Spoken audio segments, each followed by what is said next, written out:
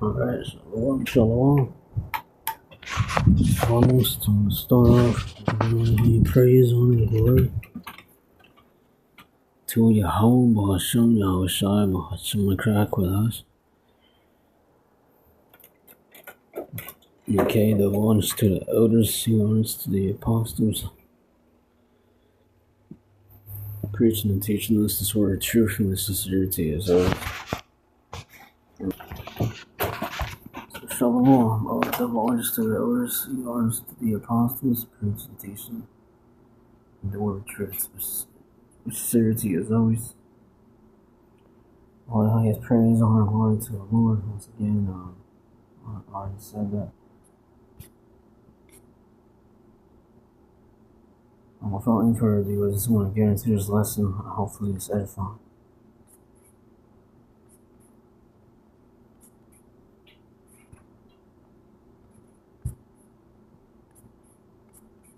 Hopefully, the Lord's will and it's edifying.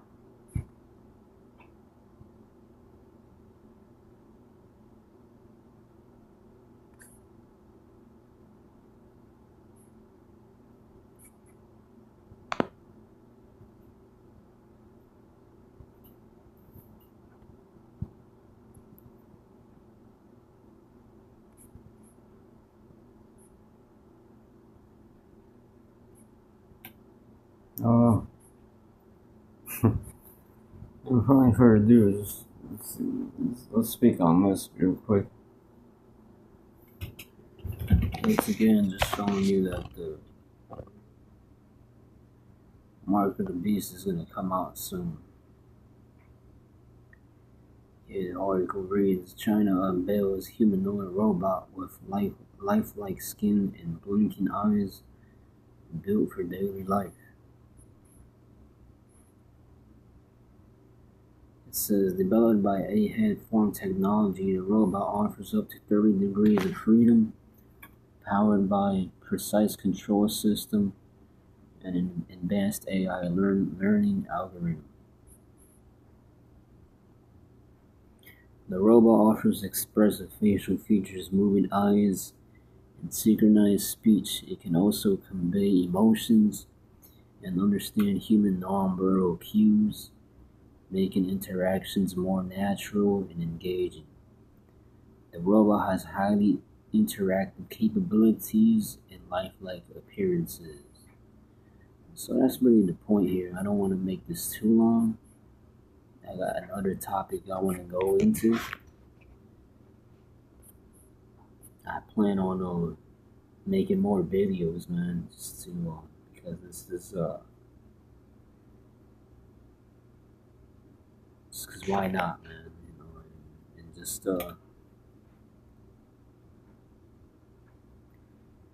feeling the spirit like this is our life, so why not, man?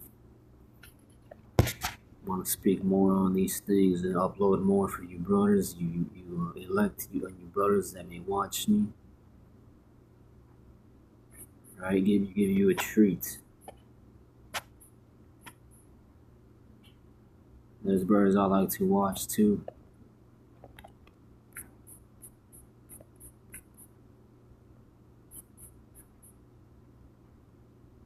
Really, all you brothers, you know, I like to watch all you brothers, man. That's just a quick one there going on there. This is just a quick one going back to that article. China's robot there, humanoid robot with lifelike skin. Once again, they say, and blinking eyes built for daily life. And in all reality, you don't need that, man. What's the point of having a fucking robot when you already have people here? To cure loneliness. That's a good one. Next thing they're gonna come out with an article saying, buy you a female male robot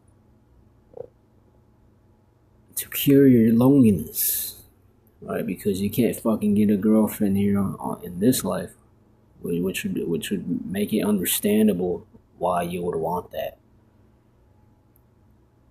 But you got to be mentally ill to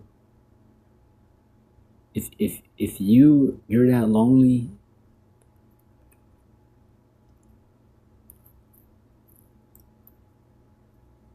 some people ain't lonely, they're just stupid and don't want to interact with others. But there's actually people that's out here lonely, that don't have friends and can't make friends. Specifically us, the prophets, we gotta live a lonesome lifestyle. For us, it's mandatory. And there's brothers that if they weren't in the faith, they weren't in the truth, they would be able to make friends. Because they're just they call that social butterflies. There's other brothers that if they didn't have this truth, probably wouldn't have many friends. Maybe one or two, and even then, they'll probably be more busy with their own girlfriend or whatever, as far as their homeboys hanging out with them. Well, that's neither here nor there. There's Revelation 13:15. This is going on to getting people accustomed to and gradually leading them towards being more open toward AI. Because eventually we're going to want men to convert with AI, which all goes back to Daniel, the 2nd chapter. When the scripture says, they shall mingle with the seed of men. Now let's talk about we already know what this chapter is going into. Yeah, you false Christians, at this point we're done speaking to y'all. You don't have anything to say. We know we have the truth, and we know this is the truth, so there's no point in going back and forth with you. This is Daniel's 2nd chapter, verse. Just wanted to say that right there. But this is Daniel 2.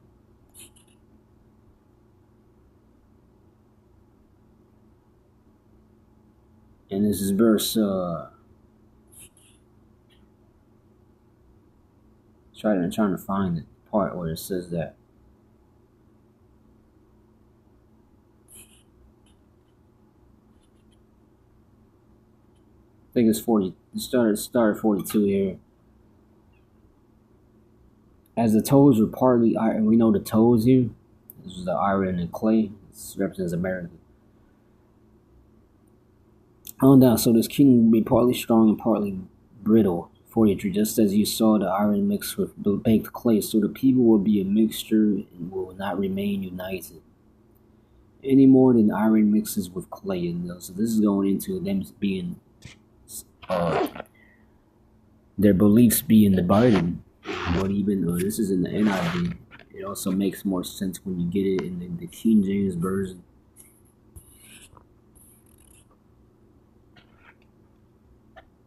You can get another meaning from this translation. This is Daniel 2.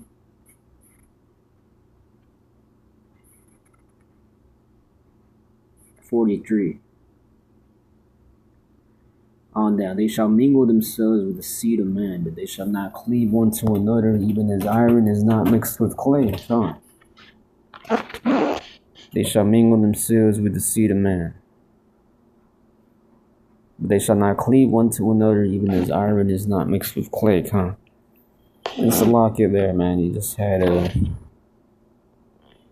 I don't know why they have ads in this Bible. It's supposed to show the scriptures there, but it ruins the lesson for me personally. But it says right here, even as they shall not mix. Yeah, and that's going into the AI shit.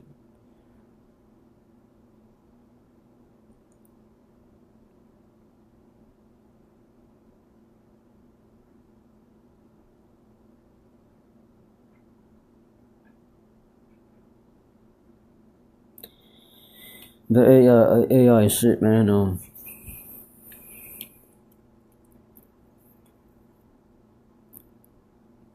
It's not natural. Okay, if you put in a device inside of your body to make you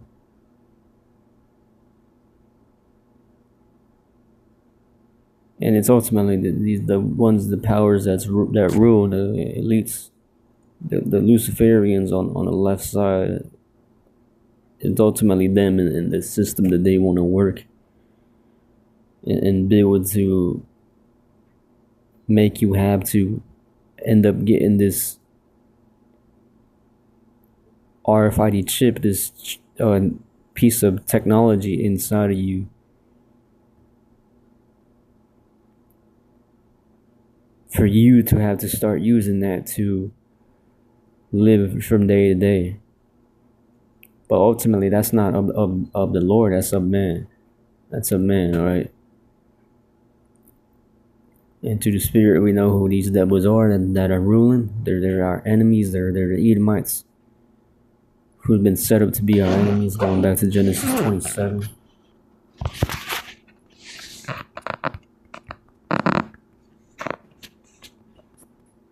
That's ultimately what the spirit has waken us up to know.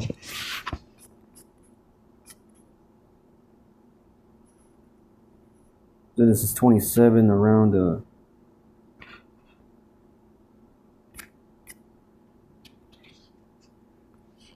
actually I wanted Genesis 25. So this is Genesis 25. And this is verse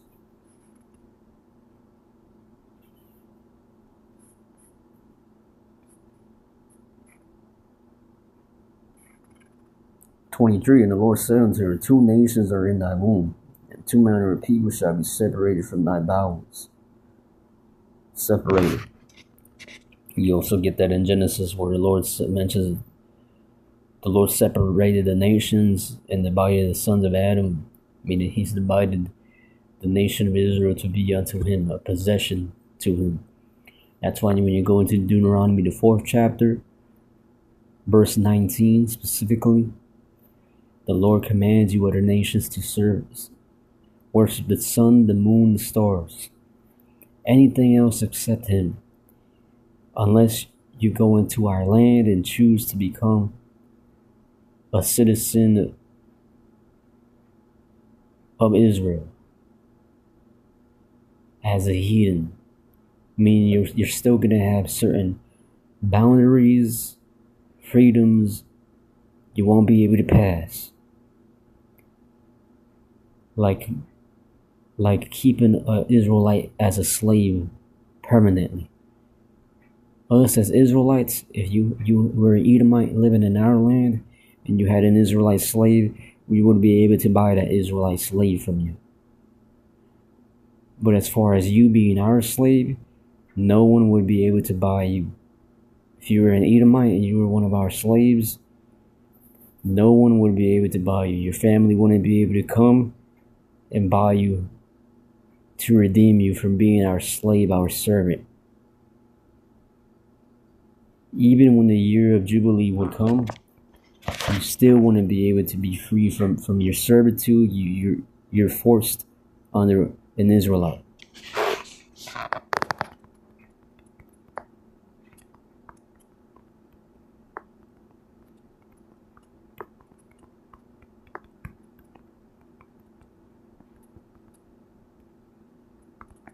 Let's look that up. I'm gonna ask Google here. As you see, this is the question I asked there on the screen here. Could an Edomite buy back his freedom according to the law? Let's see. Under ancient Israelite law, an Edomite cannot buy back his freedom in the same way an Israelite could. You think that's just a physical law, a carnal law that means nothing? No, it means something. Just like how in our land, our ancient land, you wouldn't be able to buy back your freedom. So when we get to our kingdom, you ain't gonna be able to buy back your freedom. And that's even to all the other heathens on a status power kind of level. That's on a power, status, office, space level there too. Because you're not gonna, on a physical level too, because you're not going to be able to have the physical God-like perfect bodies that we have. You're not gonna be able to have the perfect mind and soul to never sin and go off as we will have, which in our kingdom, that's what's going to make you more higher, on a higher level. That's what's going to, the amount of perfection that you're going to have in the kingdom, that's what's going to determine how higher in success you in business you're going to be able to become.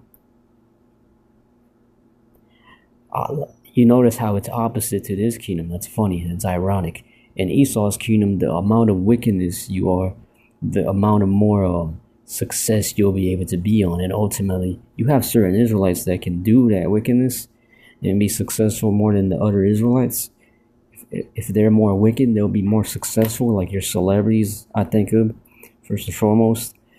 But then your Edomites are still above that level because they're the only ones who can surpass that wickedness, because they're ultimately the original ones who are supposed to be, who the Lord made to be the wicked, okay?